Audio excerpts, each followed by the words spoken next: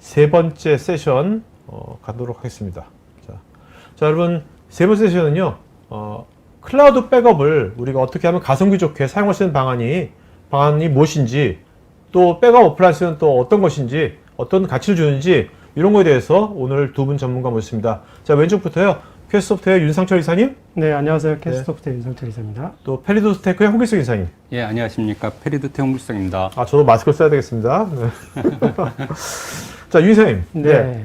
오늘 오늘 윤 이사님이 알려주시는 클라우드 백업 알려주실 건데, 그걸 쓴다면 정말 요새 제일 중요한 게 이제 경비 절감이잖아요. 맞습니다. 네. 확실히 경비 절감 시킬 수 있습니까? 우리 시청자분들께서? 네, 확실히 경비를 줄일 수가 있습니다.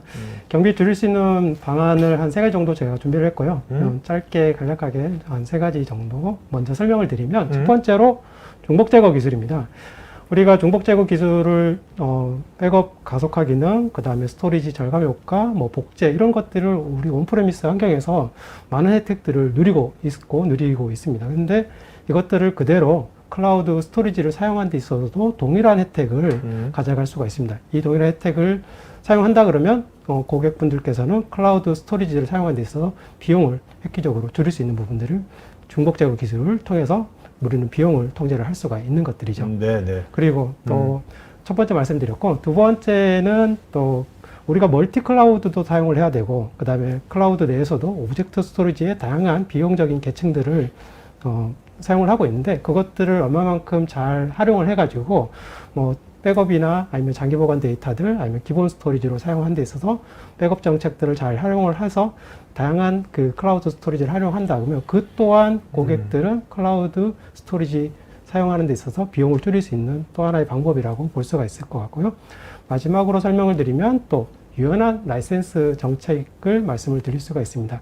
우리가 소프트웨어 정의 백업 스토리지라고 하면 하드웨어라든가 아니면 장소의 제약 조건 없이 사용을 할 수가 있는데, 라이센스의 어떤 추가적인 부분 없이도 우리가 온프레미스에서 운영하던 것들을 또 멀티 클라우드 단계에서 또 운영도 가능한 부분들이고, 이런 것들을 자유롭게 중복 제거 기술을 그대로 또 라이센스를 그대로 사용하던 그대로 사용을 할 수가 있는 부분들이죠. 그래서 고객분들은 또 라이센스의 메리트를 또 가지고 클라우드 스토리지를 활용하는 데 있어서 비용을 절감할 수 있는 부분들입니다. 네. 자, 그러면 그 3가지 방안 구체적으로 어떻게 진행되는 것인지 한번 살펴보도록 하겠습니다. 네. 우리가 클라우드를 그냥 사용을 하게 되면 그 클라우드 비용에 사실 처음에는 적은 비용으로 운영을 하다가 데이터가 급속하게 늘어나게 되면 클라우드 비용이 상당히 이제 늘어나게 되는 부분들인데요. 이런 부분들을 얼마만큼 잘 통제하느냐라는 부분들인데, 사실 중복 제거를 사용을 함으로써 백업된 데이터의 크기를 줄일 수도 있고, 또 소스 중복 제거를 통해 가지고 우리가 매번 클라우드에다가 많은 데이터를 올려야 되는데, 그런 데이터들을 올리는 데 있어서도 또 데이터 용량을 줄일 수도 있고, 또 밴드위스를 적절하게 사용할 수 있는 그런 부분들을 중복 제거들이 지원을 하고 있습니다. 그래서 클라우드 스토리지를 사용한다 그러면 무조건 중복 제거하고 결합을 해서 그 비용의 어떤 통제를 통해 가지고 클라우드 스토리지 비용을 줄이고, 그 다음에 또 성능을 또 더 높일 수가 있는 부분이 분명히 있습니다. 우리가 중복 제거, 제가 한 2007년도 그때 중복 제거 많이 했었거든요. 그렇죠. 온프리스에서 중복 제거가 되게 많이 쓰였잖아요. 맞습니다. 그죠? 온프리스도 가성비 좋게 하려고 이제 클라우드에 적용이 되는 거네요, 똑같이. 맞습니다. 그런 개념이. 클라우드로 가더라도 클라우드 서비스에서 중복 제거 기능을 제공하지는 않습니다. 그렇기 때문에 온프레미스에서 사용하던 중복 제거 기능을 가져감으로써 클라우드 스토리지 회사들이 중복 제거를 제공을 하면 좋겠지만, 사실 클라우드 회사들도 이익을 위해서는 자기네 클라우드를 더 많이 쓰기를 원하겠죠. 그런데 그것들을 우리가 그대로 두게 되면 어마어마한 비용을 지불할 수밖에 없습니다. 그리고 이게 또 이제 클라우드는 또 이렇게 클라우드는 데이터를 밖으로 갖고 나올 때 또 비용을 또 엄청 또 차지하잖아요. 그렇습니다. 네네. 그래서 사실 우리가 또 생각해 보는 게, 클라우드에다가 바로 1차 백업을 하는 것들은 사실 그건 권장하지는 않습니다. 그래서 무조건 온프리미스에 1차 백업을 하고, 1차 백업을 하고 클라우드 2차 백업을 두는 것들을 또 권장하죠. 그것들은 이제 말씀해 주신 것처럼 데이터를 다시 끄집어낼 때 또 많은 비용들이 발생을 하기 때문에 또 또 복구 속도도 또 생각을 해야 됩니다. 1차 백업에서 복구하는 거랑 또 클라우드에서 복구하는 거랑 또 시간적인 차이가 있기 때문에 그런 부분도 고려한다 그러면 1차 백업을 그 오프리미스에 하고 2차 백업으로 클라우드를 생각을 그래서 하셔야 요새 되는 거죠. 클라우드 백업을 많이 사용하지만 네. 여전히 이제 온프리미스에서 네. 이제 백업 어플라이언스 같은 걸 써가지고 네. 1차 백업을 하는군요. 그렇죠. 요즘. 반드시 하는 것들을 권장을 하고 있습니다. 그래서. 알겠습니다. 그래서 사실 뭐 말씀을 드리면은 이게 얼마만큼 절감 효과가 있는지 또 네트워크의 어떤 트래픽을 줄일 수 있는지 좀 그 이해하기 어려우실 건데 그래서 제가 좀 그래프를 좀 한번 알아봤습니다. 그래서 네트워크의 트래픽 감소가 어떻게 이루어지는지 그 다음에 데이터가 이제 교통 트래픽으로 이제 간주를 했을 때 여러분들이 좀 상상하시 편하게끔 좀 한번 설명을 좀 드려보도록 하겠습니다. 그래서 모든 데이터들이 이제 그 네트워크를 통해서 그 백업 저장소까지 이동을 하는 것들을 보실 수가 있는데요. 마지막에 이제 그 중복 제거된 데이터를 그 백업 저장소가 인지를 하고 그 중복 제거를 하게 됩니다. 그래서 우리는 이것들을 통해 가지고 이제 백업 저장소에서 중복 제거를 적절하게 하는 것들을 이해를 할 수 있는 것들이고, 그래서 이제 대역폭을 잘 활용을 했다라고 볼 수가 있는데, 이게 이제 첫 번째 풀 백업 할 때. 맞습니다. 네네. 첫 번째 풀 백업을 그렇죠. 통해서 우리가 스토리지 절감을 어느 정도 하는지 이해를 하실 수가 있습니다. 그래서 그럼 이제 두 번째 풀 백업을 생각을 해보게 되면 백업 저장소에서 당연히 이제 오른쪽에 있던 데이터들이 왼쪽으로 넘어가게 되면 이제 백업 저장소 절감 효과를 반드시 이제 가져올 거는 이제 이해를 할 수가 있습니다. 그래서 데이터를 또 그 저장소까지 그 이동을 하게 되면 백업 저장소는 이것들이 그 저장을 해야 될지 그 판단을 하게 되고, 그 다음에 버려야 될 데이터들은 포인트만 남기고 이제 버리게 되는 이런 결과들을 이제 인라인 뭐 중복 제거 솔루션들이 이제 하고 있는 부분들입니다. 근데 실제적으로 그 백업을 해야 될 데이터들이 굳이 저장소까지 오지 않아야 될 데이터들이 넘어온 것들이죠. 버려야 될 데이터들이 넘어왔으니까. 그러면 사실 이제 중복 제거는 좋지만 실질적으로 대역폭을 제대로 활용하지 못한 부분들이 우리가 또 그 클라우드 백업을 한다거나 아니면 클라우드 복제를 한다거나 할 때 꼭 필요한 부분, 고려를 해야 되는 부분들이라고 볼 수가 그렇겠네요. 있습니다. 예. 저게 온프리미스일 때보다는 훨씬 그렇죠. 더 오버헤드가 맞습니다. 훨씬 많아지는 그렇죠. 거네요. 그래서 여기서 우리가 이제 또 고려를 한번 해보게 되는 것들이, 그러면 데이터를 보내기 전에 이것들을 그 중복된 여부를 확인하는 것들을 체크하는 게 좋지 않을까. 그래서 이제 데이터를 보내기 전에 뭐 백업 플럭시라든가 서버 클라이언트 쪽에 가속 프로토콜을 두게 됩니다. 이 프로토콜의 역할은 미리 데이터를 보내기 전에 중복 여부를 체크를 하는 것들이죠. 이 프로토콜들은 사실 요즘에 이제 그 적은 사이즈에 간편하게 이제 그 클라이언트 쪽에 설치를 할 수가 있습니다. 그래서 이 프로토콜이 역할은 데이터, 없는 데이터들은 보내게 되고, 그 다음에 있는 데이터는 그 포인트만 주고 데이터를 날려버리는 그런 역할들을 하게 됩니다. 뭐, 가속 프로토콜만 두더라도 이제 소수 중복 제거가 충분히 그 역할을 하게 되고, 그 다음에 스토리 절감 효과도 충분히 가져오고, 여기서 우리가 볼 수 있는 것들은 네트워크를 확실하게 덜 쓰는 것을 볼 수가 있습니다. 이렇게 네트워크 절감을 하게 되면 그 시간 동안 더 많은 데이터들을 백업을 할 수가 있고, 백업 시간도 빨라지고, 더 많은 데이터를 백업받을 수 있고, 백업 성능도 높여질 수 있는 그런 효과들을 가져올 수 있기 때문에, 뭐 이거는 온프리미스든 클라우드로 데이터를 보내든 반드시 필요한 그 중복 제거 요소 중에 하나라고 볼 수가 있습니다. 그래서 뭐 그 네트워크 트래픽을 이제 도로 트래픽으로 우리가 또 눈여겨 보셨지만, 실제적으로 보시게 되면 인라인 중복 제거하고 소수 중복 제거를 통해 가지고 스토리지 비용을 얼마만큼 절감하는지를 또 그 수치로 확연하게 보실 수가 있는데요. 우리가 지금 보시는 데이터는 약 한 12테라 데이터가 그 중복 제거를 통해 가지고 한 97.9%의 중복 제거 효율을 통해 가지고 254기가 정도 절약이 됐습니다.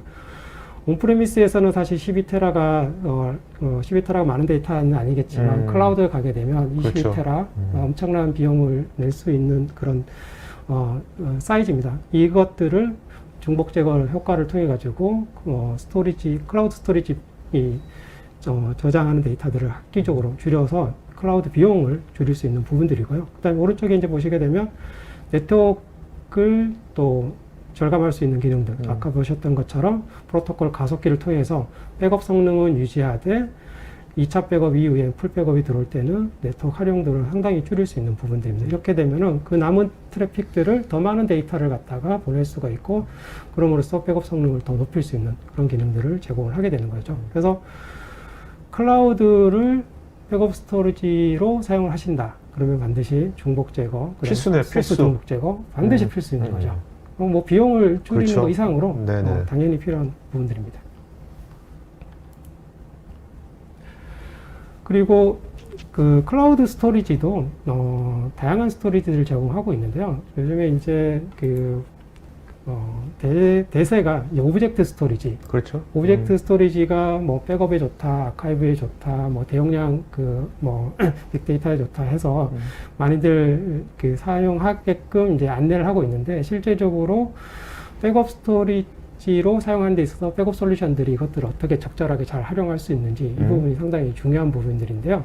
그래서 클라우드 스토리지 서비스 회사들은 이제 뭐 우리가 표준으로 삼고 있는 S3뿐만 아니라 이게 무식한 질문이면 S3만 오브젝트 스토리지가 아닌 거죠? 그렇죠. 네. 많이 있는 거죠? 네. AWS 내에서도 그죠? 네, 우리가 네. 그냥 일반 이게 표준은 오브젝트 스토리지 얘기하고 뭐 객체 스토리지 뭐 우리 한국말로 그렇게 얘기를 하고 있고, 그 다음에 이제 표준화된 게 이제 S3가 이제 통칭적으로 그 아마존의 그 S3를 우리는 오브젝트 스토리지라고 얘기를 하고 있습니다. 그래서 거기서도 또 세분화돼 가지고 고객들한테 또 좀 더 많은 메리트를 주기 위해서 좀 더 비용 저렴한 오브젝트 스토리지를 제공을 하는데요. 저기 밑에 장표 오른쪽 예, 보면 맞습니다. 밑에 거기에 S 이제 밑에 글래셔가 있고요. 그렇죠. 딥 글래셔, 글래셔. AWS면 맞습니다. AWS에 저거 세 가지가 있는 겁니까? 네, 그래서 뭐 그죠? 비용으로 치자면은 뭐 그 10대 100대 10대 1 뭐 이런 오, 형태로 굉장히 차별하네. 비용을 차별화뒀습니다. 그래서 네네.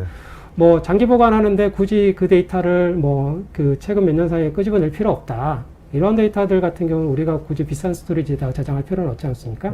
그런 경우에 글래시어나 딥글래시어 이런 것들을 우리가 비용도 확인하시고, 그 다음에 우리가 데이터를 그 장기 보관 데이터인 경우는 글래시어나 딥글래시어로 활용하시는 게 맞겠죠. 그래서 이런 것들을 우리가 온프레미스에서 백업 스토리지 용량이 부족할 때도 이제 오브젝트 스토리지를 그 계층화 시켜가지고 네. 확장을 해갈 수도 있고, 아니면은 이런 장기 보관 데이터, 사실 온프레미스에서는 그 백업 스토리지 안에 뭐 5년치 데이터, 10년치 데이터 보관하기 쉽지 않지 않습니까? 뭐 그렇기 때문에 뭐 또 테이프로 생각을 하시는데, 이제 테이프이 아니라 테이프를 대체할 수 있는 클라우드에 이제 아카이브 형태의 이제 스토리지를 또 적절하게 사용을 할 수 있게끔 그 백업 솔루션들, 백업 스토리지들이 제공을 하고 있는 것들이죠. 그러면 이제 퀘스트에 그 넷폴트 플러스 있지 않습니까? 네.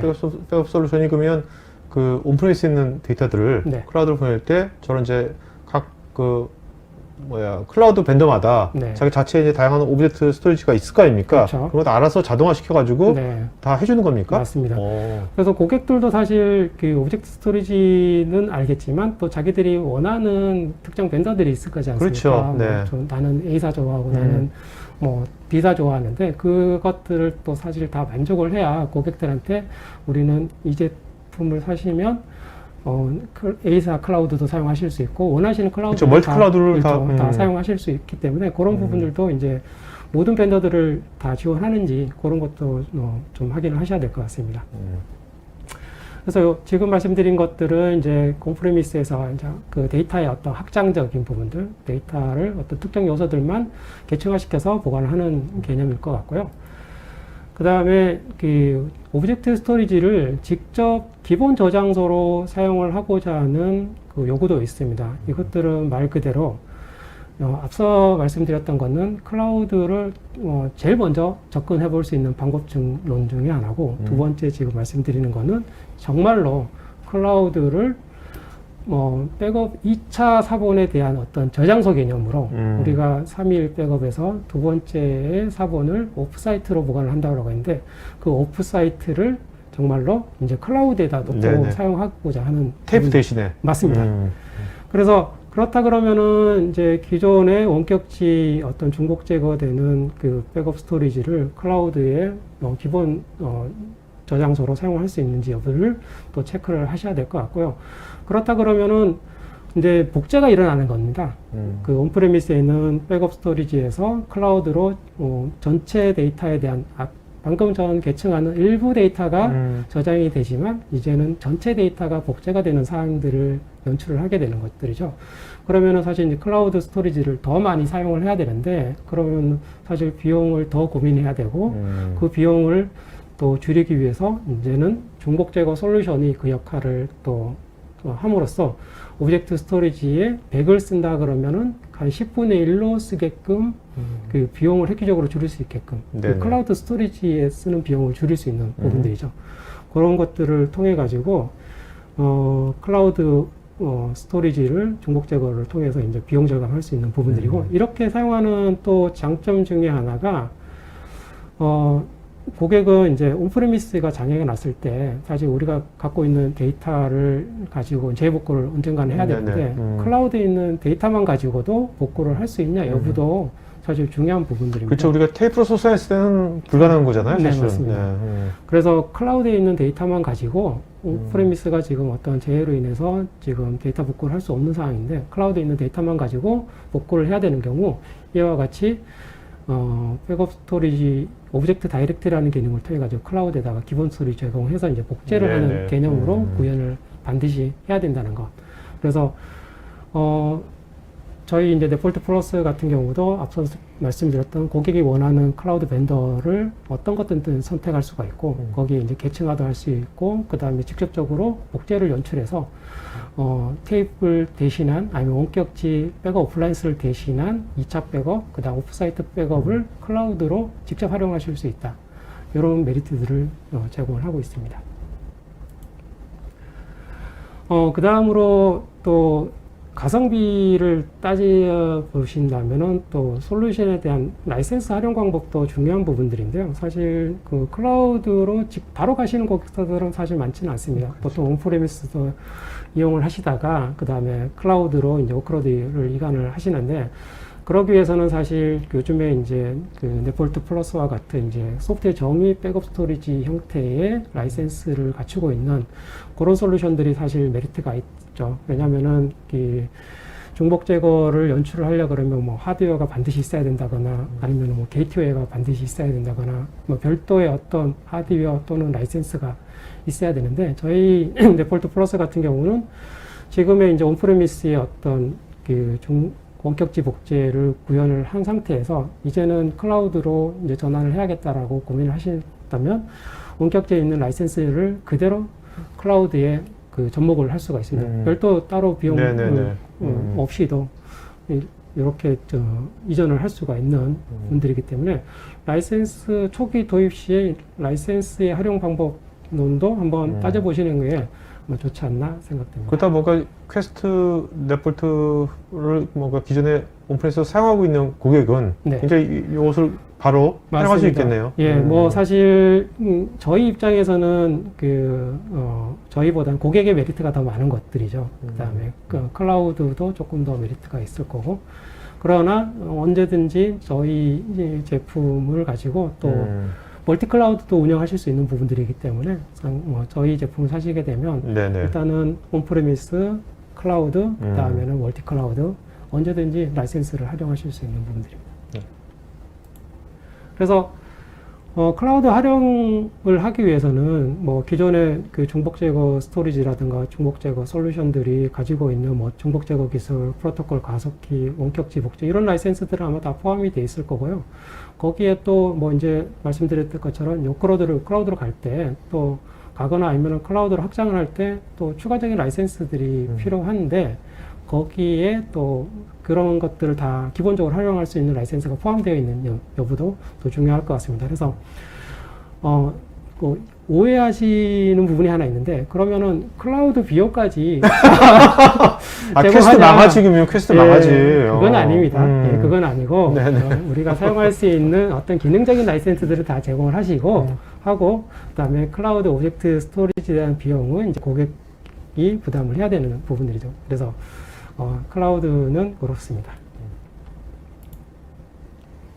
그래서 제가 이제 중간중간에 넷폴트 플러스라고 말씀을 드렸던 솔루션인데, 넷폴트 플러스는 저희 그 엔터프라이즈 백업 솔루션인 넷폴트와 또 중복 제거, 그 다음에 프로토콜 가속기, 앞서 설명드렸던 그 클라우드 계층화, 그 다음에 오브젝트 스토리지를 직접 사용할 수 있는 오브젝트 다이렉트, 이런 것들을 아울러 가지고 캡슐한 제품의 명칭입니다. 그래서 넷폴트 플러스를 도입을 하신다 그러면 앞서 뭐 가성비, 그 다음에 어떤 사용의 편의성, 그 다음에 클라우드 스토리지를 또 편리하게 또 사용할 수 있는 부분들, 이런 것들을 다 제공을 하게 됩니다. 그래서 또 그런 부분들을 눈여겨 보신다 그러면 넷폴트 플러스를 한번 좀 참고를 해줬으면 좋겠습니다.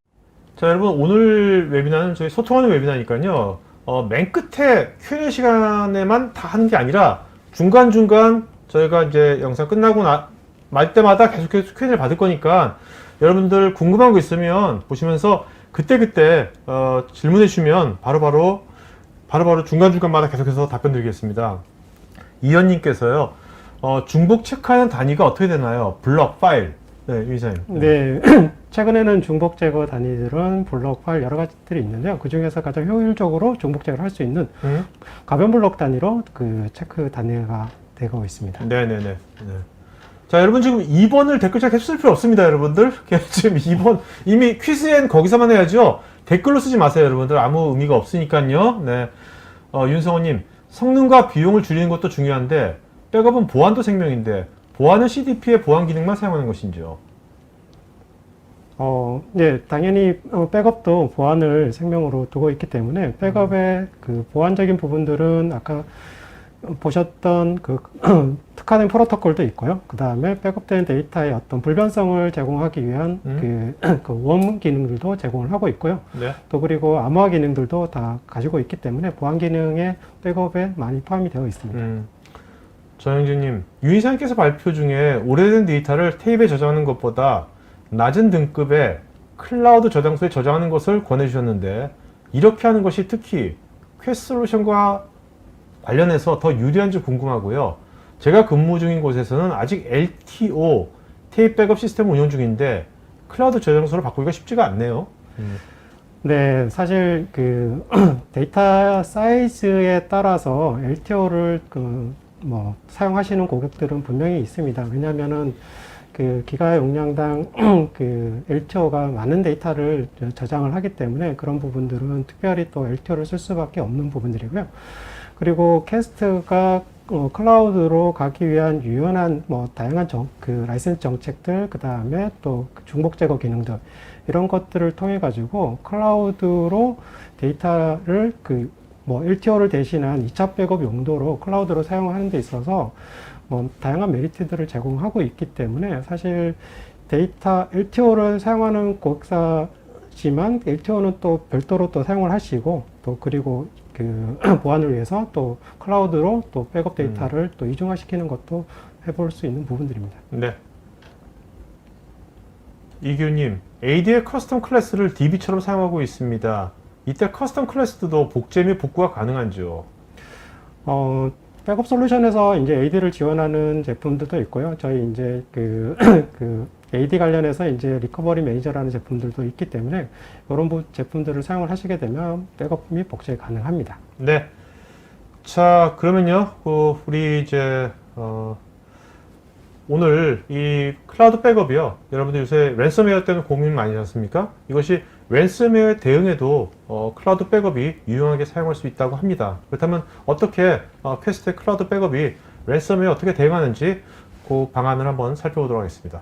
우리가 최근 원래 특히나 랜섬웨어 피해를 입은 고객사들의 어떤 연락을 많이 받은 한 해였던 것 같습니다. 그래서 저희가 백업 업무를 상당히 오랫동안 해온 상태에서 결론적으로 얘기하면 사실 지금 보시는 것 같이 격리된 백업 환경을 구성하는 고객사들은 랜섬웨어 환경에서 정말로 안전하다라고 볼 수 있는데요. 그런 환경들이 우리가 레거시 환경이라는 표현을 많이 쓰고 있는데 SAM, VTL, 테이프 장비, 사실 정말로 이제 폐쇄적인 환경을 구성하는 것만이 사실 랜섬웨어의 최적의 방안이라고 보는데 사실 우리가 뭐 비용도 절감해야 되고 그 다음에 또 인건비도 인력도 그렇죠. 많이 필요한데 또 애자일하게 일해야 되고. 네, 그렇다 보니까 현실적으로 이렇게 운영하는 것들이 사실 어렵습니다. 그렇기 때문에 어떻게 하면은 좀 더 그 지금의 트렌드에 맞게끔 운영하면서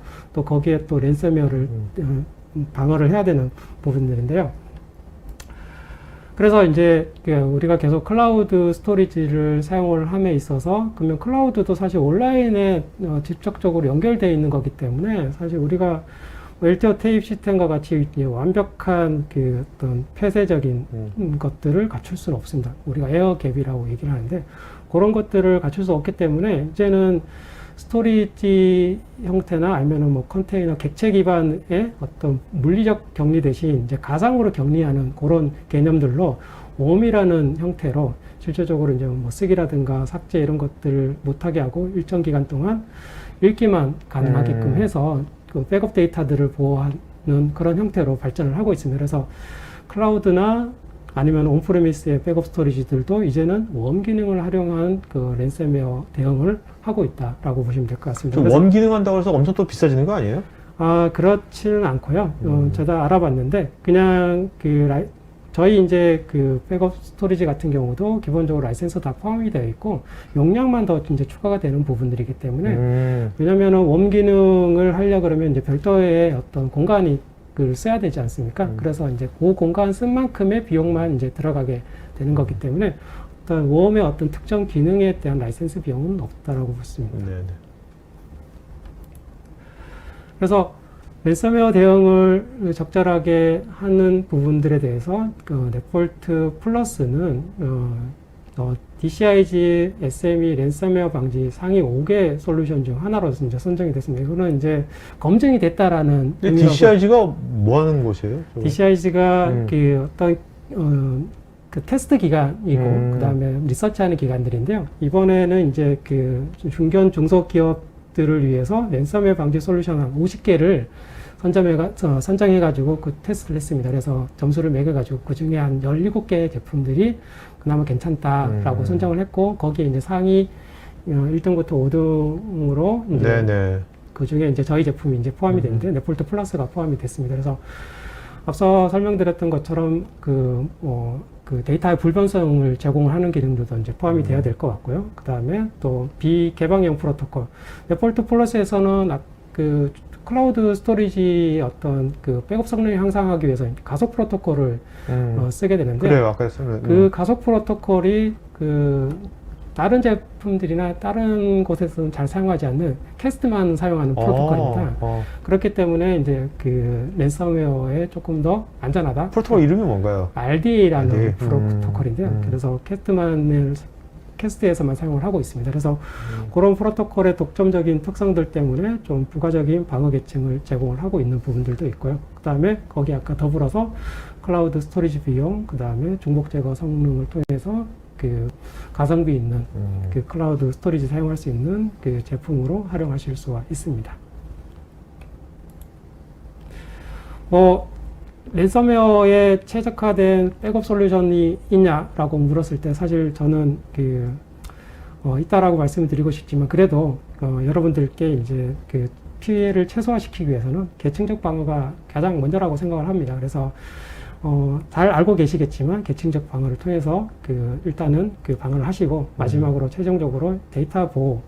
랜섬웨어가 이제는 최종 목표는 백업 데이터를 삭제하는 게 기본입니다. 그렇기 때문에 그 데이터를 삭제하지 않게끔 우리가 준비를 하고, 그 준비를 하는 데 있어서 거기에 맞는 특화된 솔루션이 있는지, 이런 것들을 좀 통해서 넷폴트 플러스가 저런 특화된 솔루션의 하나임을 좀 설명을 드리고 싶습니다. 네, 고맙습니다. 홍 이사님. 예. 좀 궁금한 게, 이제 백업 소프트웨어가 있지 않습니까? 네. 그 백업 소프트웨어 그냥 쓰면 되는 거지, 왜 구태여 백업 어플라이언스를 기업이 사용하면 도대체 네. 무엇이 좋은 겁니까? 네, 두 가지 측면에서 말씀드리겠습니다. 일반적으로 백업 시스템을 사용하는 환경에서는요, 여러 제조사의 하드웨어와 소프트웨어가 혼재되어 운영 중에 계십니다. 이 경우 실제로 백업을 운영하다가 장애가 발생이 되면 어느 어느 파트너를 컨택을 해야 될지, 또 어느 부분을 봐야 될지, 원인 분석부터 장애 조치에까지 많은 시간과 공소가 발생하고 있습니다. 반면 어플라이언스를 사용하는 고객사는 단일화된 제조사로부터 일원화된 기술 지원을 받을 수 있기 때문에 보다 빠른 원인 파악과 장애 조치를 함으로써 백업 서비스를 재개할 수가 있습니다. 두 번째 재해복구 측면에서 말씀드리겠습니다. 많은 고객사에서 이미 DL 구축을 해서 많이 사용하고 계신 걸 아는데요. 아직도 이제 테이프 장치를 이용한 미디어 소산을 많이 사용하고 계십니다. 하지만 이 경우 미디어를 외부로 소산하기 위해서 실제로 이동 보관하시게 되는데요. 이 과정에서 미디어의 분실에 대한 리스크를 갖고 있습니다. 또 중요한 것은 이 테이프 미디어라는 거는 온도와 습도에 민감하게 반응하는데요. 보관 환경에 따라서 미디어가 손상이 될 수도 있습니다. 그래서 실제로 많은 고객사에서 재해복구가 발생이 됐을 때 소산된 미디어를 가져서 복구를 해야지 했는데 미디어를 인식을 못하거나 실제로 페일되는 경우를 많이 봤습니다.